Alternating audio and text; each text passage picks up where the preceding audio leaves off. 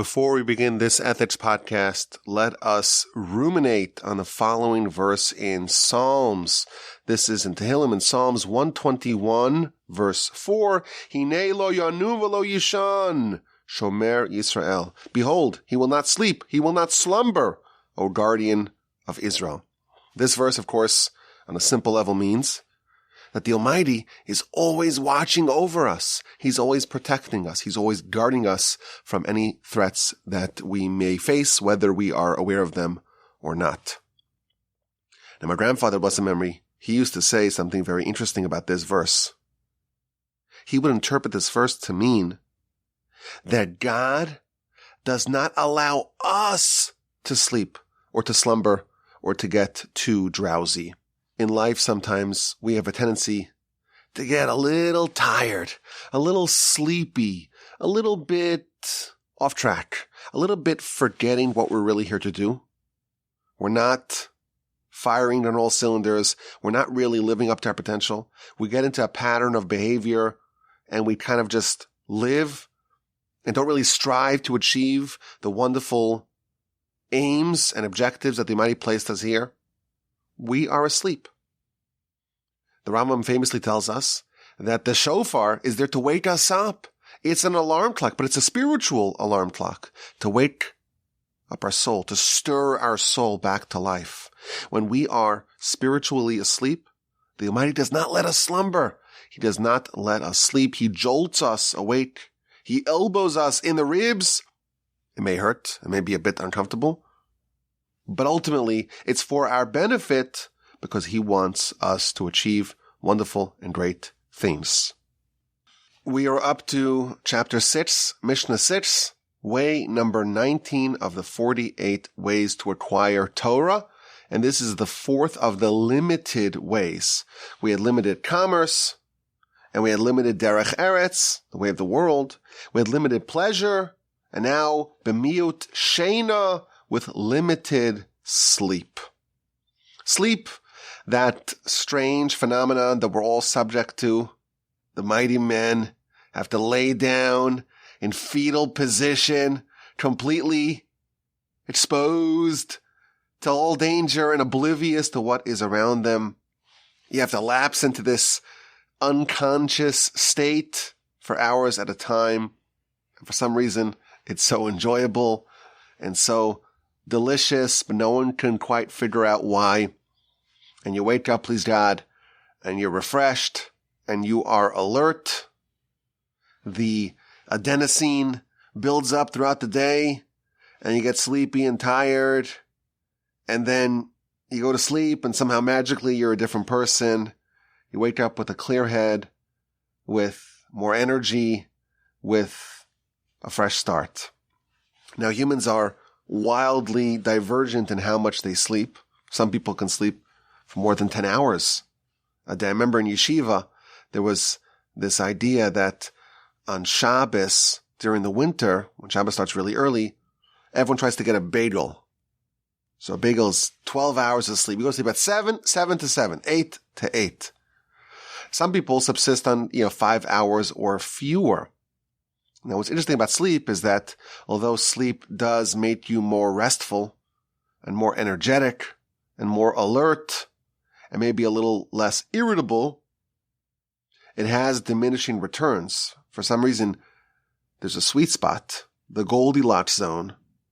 There's an amount of sleep that results in maximum alertness. If you, let's say 7 is the right amount of hours for you to sleep, and you sleep 12, I'll be double as alert. It doesn't work like that. You'll actually be more tired. That's one of the great mysteries. Too much sleep, it makes you more tired. Now, too little, that's very unhealthy. It can cause all sorts of health problems. You'll be fatigued throughout the day. You'll have suboptimal performance. It can cause a whole litany of health problems, premature aging. Of course, you'll just be less sharp and less potent and less competent. And it's an interesting subject to appear in our book. Pirkei Avos is the book of ethics.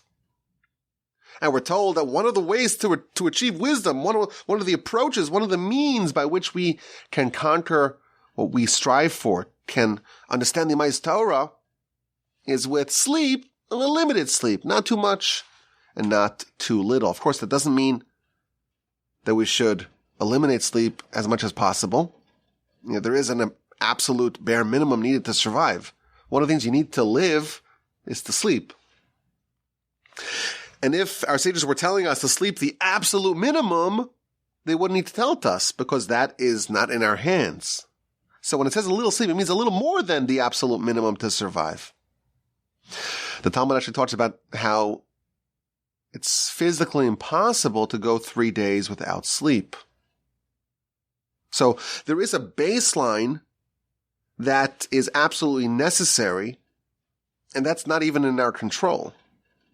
If our sages are telling us a little bit of sleep, it must be a little more than just subsistence sleeping. A little sleep, but not too much. And this is the sweet spot, the ideal conditions that are needed in the pursuit of wisdom. Now we know that sleep is very beneficial in a myriad of ways. Of course, the body, it's a tool that we need in our pursuit of life. And it gets tired, and it gets fatigued.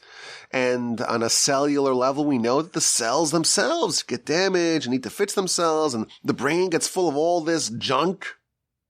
And sleep comes, the body recharges, and the fatigue dissipates, and the cells repair themselves. And all the junk of the brain that clouds our thinking, that makes our perspective a little less lucid, all that gets filtered out. There's a very wonderful book, even though some of the conclusions, from what I understand, have been challenged. There's a book about this, Why We Sleep. And it talks about how the benefits of sleep are so comprehensive that if this was a pill, if you made sleep into a pill, it would be the greatest pharmaceutical product of all time.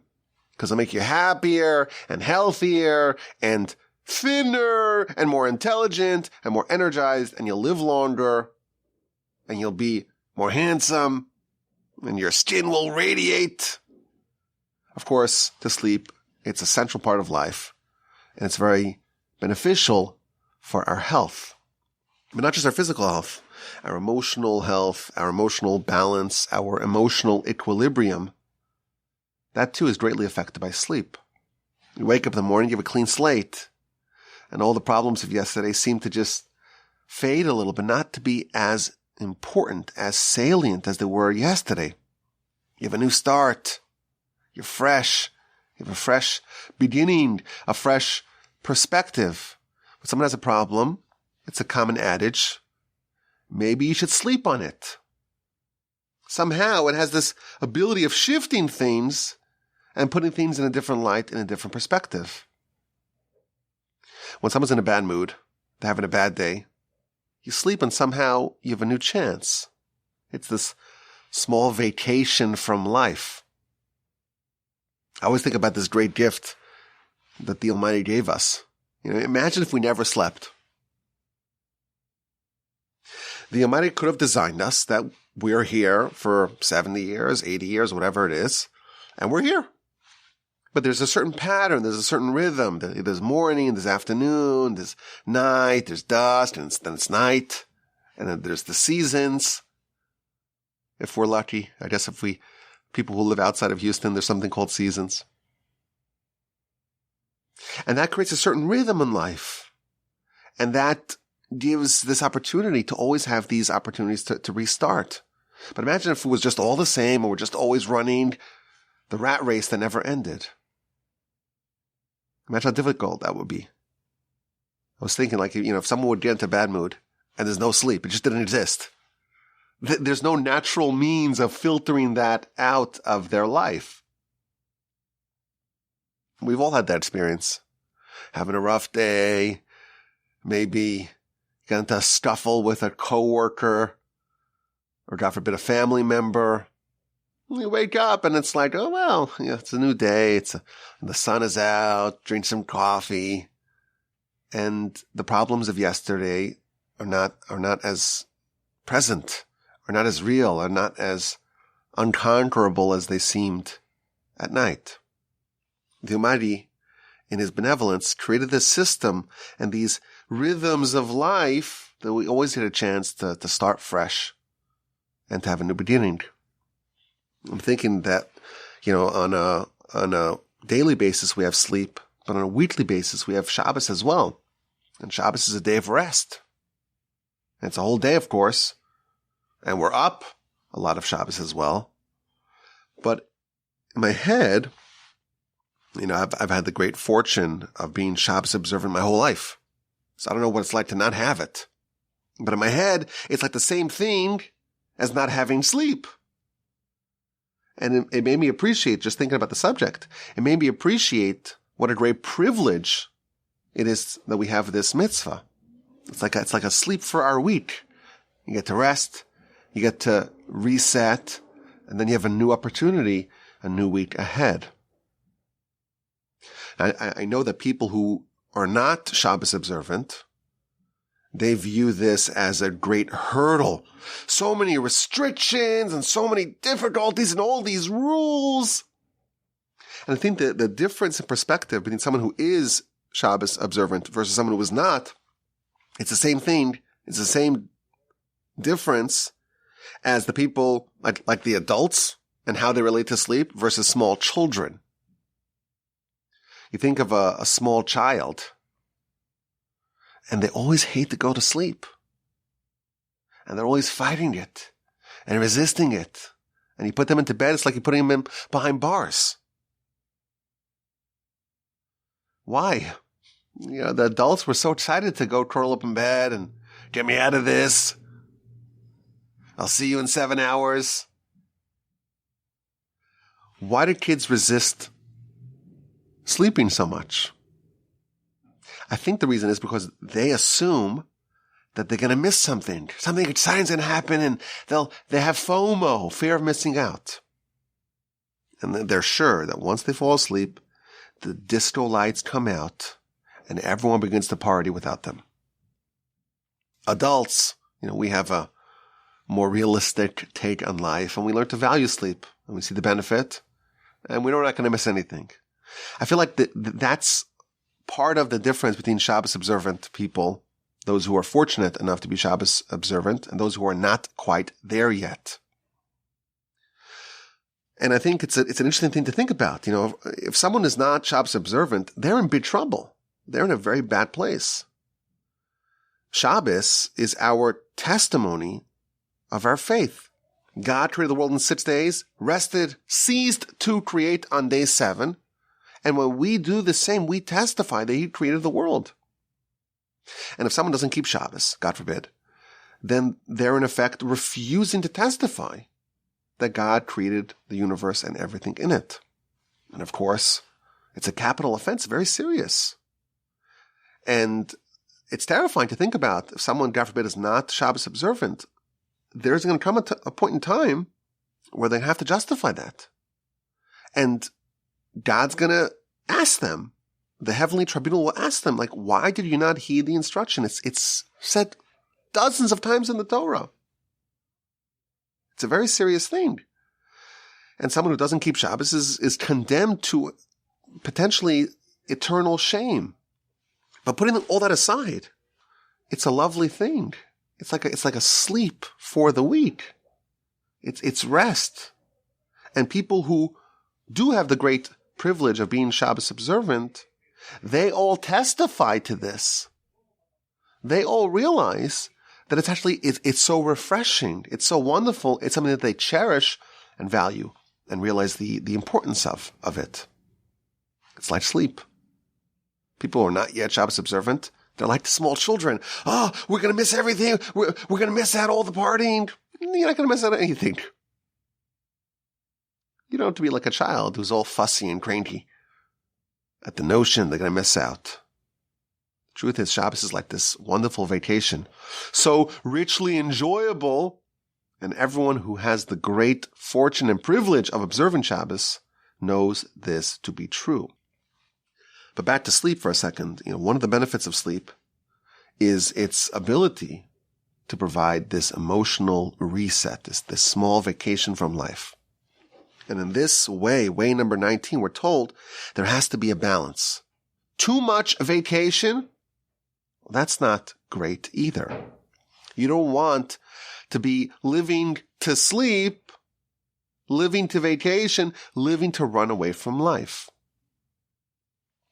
So sleep is beneficial, of course, for health reasons and for emotional reasons, but spiritually as well. Our sages tell us there is a great function that sleep provides, or actually a few functions that sleep provides and opportunities. To a certain extent, the definition of sleep is the soul departing to some degree from the body. The soul is disencumbering itself from the limitations of the body. Now, what does that mean? It means that all the rules and all the stricta of physical life are suspended, which is why if you have a dream and you're positive in real time that it's so true and it's so real and it's so palpable, and then you wake up and you realize, actually, no, it just defies all the rules, but somehow you were convinced at the time, even if some people are lucid dreamers and they know they're dreaming, but they're still convinced that this is so real and it all makes sense and all fits in. And they wake up and they realize, no, actually it doesn't make sense. It doesn't fit in. Why? Because the experience that they're having is one, to some degree or another, of being removed from the body, and therefore removed from the limitations of the body. Now, if someone just lives in a fantasy world, and someone's pursuits and someone's agenda is all nonsensical, then those fantasies will be nonsensical and will be an experience that's not really beneficial. You can have just this fantasy nonsense, and yes, it's not limited by the stricta of the body. It's not limited by the restraints and the limitations of the body, but it's not actually beneficial. There's no advancement that you're making. There's no insight that you're able to tap into. But our sages tell us, and this is something that we can still yet experience even today. If someone orients their life around spiritual pursuits,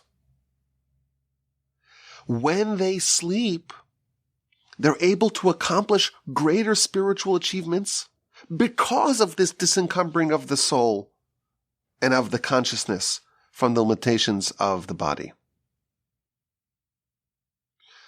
In effect, prophecy, with the exception of Moshe, we're told, that was experienced exclusively in a trance-like, dream-like state. For this same reason. You want to experience something that the soul experiences, not the body. You have to find some way to create some sort of distance, some gap between the body and the soul. You'll notice all 11 dreams of Genesis are all prophetic. We're not told any dreams that are non-prophetic. And the reason why dreams are prophetic in Genesis is because the non-prophetic dreams are not important, and the prophecies are going to be experienced in a dreamlike state. When someone who is rooted, who is grounded in spiritual pursuits, there is a force multiplier that is unlocked when they remove themselves, so to speak, from their body. They remove themselves from the body and its limitations and the world of the body, and they can ascend to much greater heights. The Talmud tells us that when the sages would sleep, sometimes the Talmud says that the sages were sleeping and they were talking, and all the students were crowding around, and they would listen to lectures from the great sages that they delivered in their sleep. And sometimes the Talmud just says, when there's a debate in the Talmud, sometimes the Talmud would say that one of the sages would say to the other sage, oh, this you said when you were asleep, which is a way of criticizing, and this is not actually accurate. This is something which sounds like a dream. But the truth is that there are recorded statements in the Talmud, ideas that are enduring, that were acquired in the middle of the sleep. In more modern times, not so modern, but we know there was the great Annus Mirabilis of Rabbi Chaim Vital and the Arizal in the 16th century, where all of the Kabbalah that we have was transmitted from the Arizal to his students. And we're told that once the Arizal was sleeping and he was mumbling, so all the students are crying around to try to figure out what insight could they glean. The Arizal, his sleeps were not like our sleep. He was able to transcend almost in a prophetic way and acquire knowledge that you cannot acquire when you are fully grounded in your body. So when the Arizal woke up, the students asked him, "What did you learn? What discoveries did you have? What insights did you glean?" And he told them, "If I were to speak nonstop for 80 years, that result didn't make it to 40. If I were to speak nonstop for 80 years, I could not tell you everything I just learned." Because again, there's a capacity to tap into a more infinite level once the soul, so to speak, is removed to some degree or another from this world. And therefore, yes, for us, that means most of it for us, it means that we just get into nonsense. But if we're rooted in spiritual growth and pursuits, then what we can accomplish at night or during our sleep is actually much greater than what we can accomplish during the day when we're up. And even for us simpletons, it is proven, it is incontrovertible, and I know this to be true. If someone is really immersed in Torah study, really immersed, today, like we're immersed, we're studying together, it's great. But someone is like really, really immersed to the exclusion of any other pursuit. This is something they do in yeshivos. They try to encourage the students to give lectures. Young students, 16, 17, 18 years old. They're a child. They can't buy a beer. They probably wouldn't want to do it anyhow. But they're a kid. They can't rent a car. They're going to give a lecture in front of other students. The lecture is supposed to be given by the professor, by the sage, by the Rosh Yeshiva. But no, they throw the students into the lion's den. And they told, okay, Thursday night, it's your turn. You're up. And that forces someone to actually discover capacities that they didn't know that they had. And they're going to spend 12, 15 hours a day preparing for this lecture, because this is not one of those things where everyone says nice, claps their hands. It doesn't work like that. They're throwing you into the sharks. And those sharks are swimming, and they will love to tear you apart and to rip you to shreds. That's the meritocracy of the yeshiva. Ideas that are not airtight and you can't defend will get shredded. So you're going to be thrown into that. What do? You study as hard as you can. And you get so immersed in it that temporarily you get transitioned into a different level. And you will discover that your dreams will suddenly be elevated to a level that you've never seen before. You will start dreaming about what you're studying during the day. And you'll even discover ideas and angles and insights that you couldn't have thought of during the day. If you spend 12 to 18 hours a day for 3-4 days trying to figure out a very difficult passage in Rambam, You'll go to sleep at night with a question, and you'll wake up with an answer. I'm saying that, now I'm not hedging myself. Where's the hedge? Rabbi Wolbe, where's the hedge? There is no hedge. That's the way it works. It's part of the spiritual power of sleep. If this dominates you for a couple of days, it's going to happen in your sleep, which is a wild thing. Go to sleep with a question, wake up with an answer, organize it, and you can present it to your peers, to your colleagues, and even to your superiors in the yeshiva, and you can defend it. And now you have a little corner of Torah that's yours, that you earned, that you were given, that you were bestowed by the Almighty. Now, I'm not saying that someone will accomplish these things exclusively during their sleep, but this could be part of it.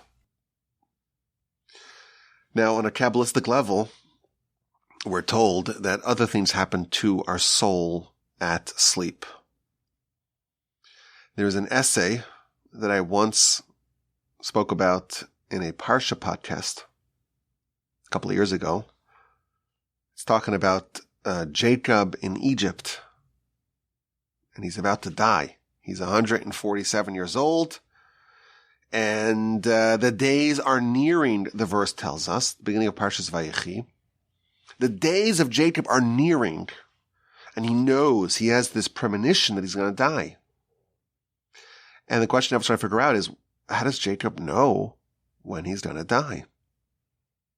And specifically, the words that the Torah uses to describe Jacob's foreknowledge of his death are that the days of Israel became near. We think of someone, they're going to die. We think of that as a lifetime. Their lifetime is going to end. But here, the days of Jacob are nearing. So it's not so clear what the verse intends. And the Orach Chaim has an essay about this, and what he says, Kabbalistic, of course, he says that a person's actually not apportioned a complete soul. We don't have a complete soul. Instead, the soul is divided up into different sparks. And what that means, I don't know. But evidently there's the capacity of divisibility of a soul in a way that doesn't diminish it, which is another mystery. Of course, the soul is a mystery. But there's a capacity, or there's an element of the soul not being complete, but being divided up into different nitzotzos, different sparks. And every iteration of life, there's an amount of sparks that are apportioned to a person. And the number of sparks equals the number of days that a person will live. People typically live, 70, 80, 90 years. So we're talking about, 25,000, 30,000 days or so. So everyone's given 25, 30,000, I guess on average, right? We don't know if we'll make it out till tomorrow. Someone's given a certain amount of sparks. And every day is its own little spark of life.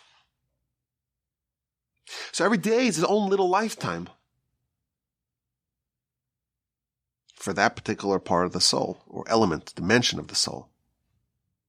And if a person fills a day with mitzvos, then that element of the soul, that spark, is perfected. And God forbid, if someone does not fill a certain day with mitzvos, does not live every day the way it's supposed to be lived, then that spark, that element, that dimension of the soul is flawed, is blemished, is missing what it needs. Incredible idea here. You don't have a full soul. It's divided up into sparks, little sparklets.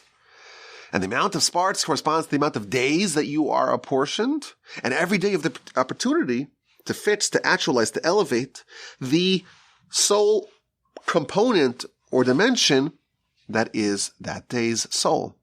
And you do that via mitzvos. Because mitzvos benefit the soul, not the body. And if you, God forbid, neglect a certain day's responsibility, well, that corresponding part of the soul is blemished. Now, what does this have to do with sleep? So the Or Chaim, he tells us that this is what happens at sleep. It's the changing of the guards. One element of the soul, yesterday's sparklet of the soul, departs, and the new one replaces it. It's the swapping of the sparks. One element goes away, and the new one is installed. And this is why, explains the Or Chaim, this is why the Talmud tells us that sleep is a 60th of death.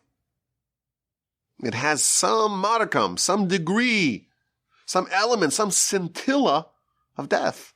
Why? Because for that day's soul, it's death. And of course, it's also birth in the morning or over the course of the sleep for the new element of the soul. Now he goes on to tell us that if a soul or a sparklet, an element of a soul, is perfected, then it is placed in wherever it needs to be placed, but it cannot come back. Once a certain role, responsibility is fulfilled, then that soul, that part of the soul is done. But if, God forbid, a soul or a sparklet of a soul is not completed, it's not fixed, it's not refined, it's not given what it needs, then it does not leave completely. It's still retrievable. Even sparklets of the soul that were not completed can still be brought back and be elevated and fixed and given their required tending to perfect it and to refine it. So this is, of course, a Kabbalistic idea about sleep, and this is why the days of Jacob were nearing, because he was so spiritually sensitive. He knew his bank of souls. He knew how many he had, and he could sense that it's diminishing. Every day you get a new one, and okay, you perfect that, and you get a new one. And once the quiver is emptying or nearing empty, he can sense that. He knows that he's about to pass. So that's the spiritual dimension of sleep. Of course, we don't know, or it's more a Kabbalistic dimension of sleep, but we don't know anything about this. And we don't know what it even means to have different sparks of the soul, different elements of the soul, different dimensions of the soul. The whole thing is mysterious to us. But this is a long way of saying that there are a variety of purposes and functions and benefits that sleep has. And it's important to have a little bit of it. And it's beneficial in a myriad of ways to have a little bit of it. But too much, that's a problem. And throughout the ages, throughout the generations, the sages strove to avoid living life to sleep. For example, the Talmud tells us that David made sure that he always maintained a very minimal sleep schedule. He never slept past midnight. And he would wake up like a lion and do the work, the service of God. Even in more recent times, the Gaon of Vilna, his sleep schedule was 4 stints of 29 minutes each. And there's a reason why. It's a little less than 2 hours a day. And there's a reason why it's got to be 29 minutes, not 30 minutes, because 30 minutes is a certain transition to a different level of sleep. And he knew how to time the amount of sleep so you get just the benefits and not the detriments. But there were others who used to do that as well. The Chazon Ish, we're told, he would follow the Gaon of Vilna's schedule. But not everyone did. But this idea, again, it's a surprising thing to appear in the Book of Ethics.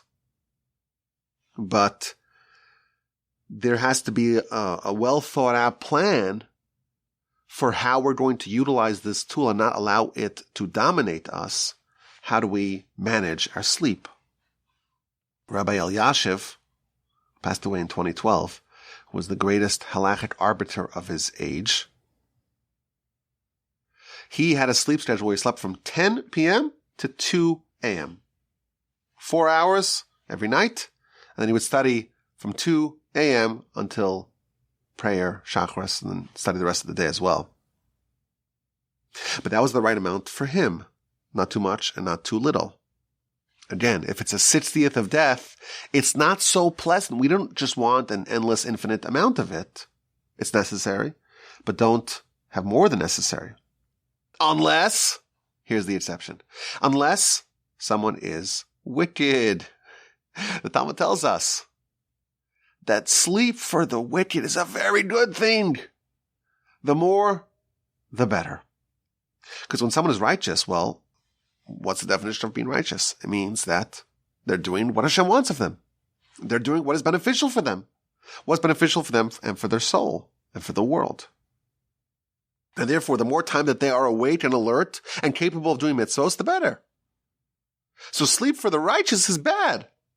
But for the wicked, it's beneficial for them. Less time is less opportunity to sin. Of course, on a practical level, it's hard to make any rules. Some people work really well with 5-6 hours. Some people need 7-8. But there are some heuristics, some general rules of thumb that we can follow. One thing we know is that when someone's excited about what they're doing, they're really engaged and really involved and really into it, they need less sleep. If someone's very busy, they need less sleep. Someone's working on something. The great inventors working on an intricate problem or a project, they could go for days without sleeping. On the other hand, gamers who are playing PlayStation or Xbox, they could get so immersed in their game, they could just tune out everything. You don't need to eat. You don't need to sleep. You don't need to anything. God forbid even avoid tending to their children. But the principle is the more intense a person's day is, the more focused, the more engaged, the more enjoyable a person's day is, the less sleep they need. Prisoners, people, God forbid, in solitary confinement, they can sleep 16, 18 hours a day. Not much going on. The body somehow compensates for that, and they just sleep. The Talmud has a great anecdote about the Simchas Beis HaShoeva. This was the celebration that was done on the festival of Sukkot, and they were dancing, we're told, for 4 days straight. All the great sages would come to the temple, and they would dance and celebrate and do this joyous service and worship of God. But the Talmud says, well, what about sleep? What was the plan with the sleep? How could they go for so long without sleeping? Because it gives us their schedule. Like they would the whole night, and the whole day they would study, and they would pray and study, and then the night again. Where's the sleep? So the Talmud says is that when they were dancing, they would each put lean their head on the guy next to them, on their shoulder, and like they were dancing as they were sleeping. But if someone's really engaged on this high level, this exuberant level, this ecstatic level, you need less sleep. You make a little bit here, wink there, and that's enough. Some people, if they allow sleep to overtake them, it really can. Like all the things that were told in this list of ways to wisdom, there are all these things that can overtake your life. I know some people that they cannot sleep without a noise machine. Gotta be a noise machine. They travel with it. Maybe the right kind of mattress, and the temperature's got to be 67.5 degrees. And they cannot eat this foods or else it'll affect them. It's true. Of course, it's true that diet does affect sleep. Lions, they have to sleep 20 hours a day because they're digesting all that meat. A friend of mine recently went to Israel, and he was visiting a venerated sage in Jerusalem. And he texted one of our group chats about some of his takeaways. And he said that this great rabbi almost never eats meat on Shabbos lunch. because he wants to study. You have a heavy meal. You have a hot meal. Makes you tired and drowsy. You need to sleep. There's a traditional food, of course, that we eat on Shabbos lunch. The cholent. It's like a stew. Beans and barley and meat and potatoes. And there was a spiritual reason for this as well. Because the Karaites, they said, well, you can't have any fire on Shabbos. Even if you make the fire before Shabbos, we know you can have a fire on Shabbos as long as you make it before Shabbos. And therefore, as a way of demonstrating that we do not agree with the Karaites, there is an ancient custom to eat hot food on Shabbos day from a fire that was lit before Shabbos. But if that's going to affect your ability to study, maybe this is a calculation for people that are really, really developed. Maybe you could say, I'll have hot food. I'll have a hot tea with hot water that was heated before Shabbos and that was maintained on a fire on Shabbos, or a hot coffee. And that's a way to fulfill that custom and still not, fall into a slumber for 5 hours on Shabbos afternoon. Now, how much to sleep? It's interesting. The Rambam talks about this, and he says this 8 hours. That's the right amount. Now, we know he himself, he wrote an autobiographical account of his day. He didn't sleep 8 hours. He would study the whole night. And in the laws of Torah study, he tells us if someone is serious about becoming a Torah scholar, they have to study at night. And the majority of your wisdom will be acquired at night. And therefore, if someone is serious about this, they want to acquire the crown of Torah all of their nights, not to lose even one with idle sleep or chit-chat or food and drink and delicacies. Don't lose even one. So what this tells us is that, when it comes to health, maybe the optimal amount is 8 hours or no more than 8 hours. He says no more than 8 hours. But if someone is serious about this, someone wants wisdom, then sleep can be a detriment. Of course, it can be ameliorated with some coffee. And caffeine, of course, affects everyone differently. I had a friend who told me that he became so addicted to coffee that he would wake up in the middle of the night because his head would start hurting. He was having more than 40 coffees a day, which is insane. I find that if I have 2 cups, it's a little too much. Sometimes if you have a few days of too much coffee or too much Coke Zero, then suddenly at night, like you're too wired and too jittery, you can't fall asleep. So what I do, if that ever happens, I take a day off from coffee, kind of reset and filter it all out. But I find like you have 1 coffee during the day, maybe you could have during the meal, have a nice Coke Zero, because if you have a Coke on its own, apparently it affects you differently than if you have it, with food. Too much, it's a problem. Too little, maybe you're not sharp enough. Some people say, well, I don't want to get addicted because then there's a fast day. There's 6 fast days in the Jewish calendar. We don't eat, we don't drink. And what do I do then? So first of all, you don't want to optimize for fast days. Fast days are not great anyhow for your physical equilibrium. But today, they have this incredible technology of slow release pills. So you could get your caffeine fix. It's an amazing thing. We take this before Yom Kippur. Take a pill before Yom Kippur, and it takes 12 hours for the pill to degrade, to decompose, and then it starts to filter the caffeine, or people take even Advil, or ibuprofen, acetaminophen, and you just feel great. It's an unbelievable thing. Like Yom Kippur, I need my coffee, my head's hurting, none of that. You can take a whole cocktail, 3 of these, pop these pills, and then it's unbelievable. You're like, I got my caffeine and my head doesn't hurt. It's unbelievable. You probably get less reward for fasting on Yom Kippur, but at least you're not so cranky and irritable. Some people like to supplement with melatonin. Melatonin is a natural chemical that makes you sleepy.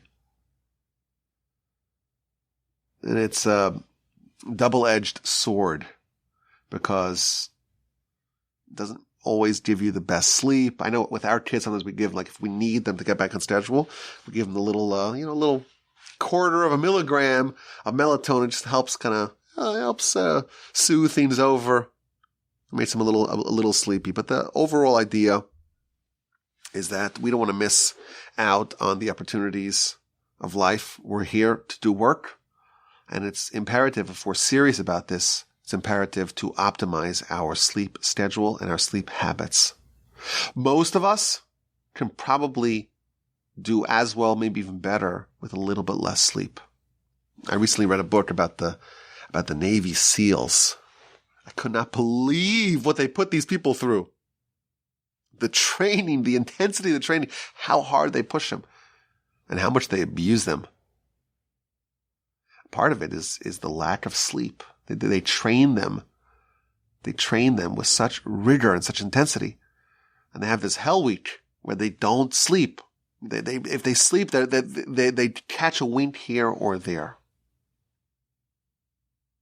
I had this idea, people are obsessed with becoming Navy SEALs. Everyone wants to be a Navy SEAL. And it doesn't make any sense. You read what they do to the Navy SEALs, how much they abuse them, literally abuse them. And everyone wants to become a Navy SEAL. Not everyone, but a lot of people do. What is the logic? So my theory is that the reason why people want to become that is because this shows that you accomplished an incredible feat. You're part of the 1% of the 1%. You're someone who's able to do and to discover incredible powers that you have. You're able to unlock and unleash all this latent potential that you had within you. And there's no way you could have done it unless the drill sergeant and the instructors were so harsh and so punishing. But look what you did. So I had this idea. I told this to my wife on Shabbos. She didn't think it would really fly. I had an idea to open up a Navy SEAL yeshiva, like a yeshiva that's like that.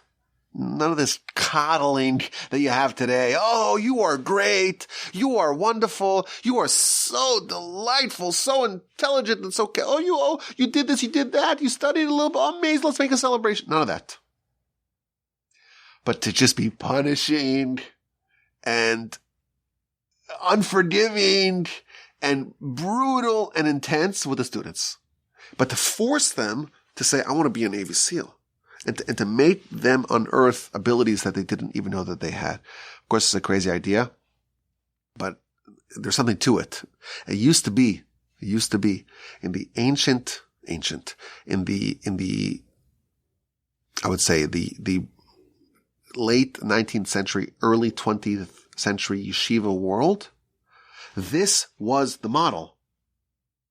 This was the pedagogical model. The yeshiva populace, it wasn't as big as it is today. It wasn't the given that everyone was being sent to yeshiva. It was just the best of the best. And what they would do is they would try to mold and craft all these students into absolute superstars. And the instructors and the rabbis and the deans and the heads of the yeshiva, they had a policy of very strict criticism of their students. And today this wouldn't fly. Everyone's so weak and feeble. Maybe if the SEALs could do it, and they could put up all that abuse, and they do it willingly, maybe there's something to be said about this of going back to the problem is that at least 99% of the students just won't cut it. But those SEALs, they want their trident. If you have your trident, you're a success. You're an elite 1% of the 1%. If they could do it, why can't we? Anyhow, that's my side point. Nothing to do with sleep. But I was thinking about, read this book, the amount of punishing and the limitations they put on their sleep. It seems like it's very different than what any of us have ever lived through. But they all do it. All the ones who survive who make it through do it, and they're capable of it. And if they weren't pushed, they would never have known about those capacities. So this is way number 19. Sleep, not too much, not too little. Some of the reasons why we sleep, some of the benefits, some of the detriments. A little bit of sleep, a little bit more than we actually need. It's a proper amount, not just Navy SEALs level, but maybe a little bit more than that, but not too much. Don't allow it to overtake your life. Way number 19. Bemute Shena, with a little bit of sleep, not too much, and not too little. And of course, my email address is, for any questions or comments or feedback, rabbiwolbe@gmail.com.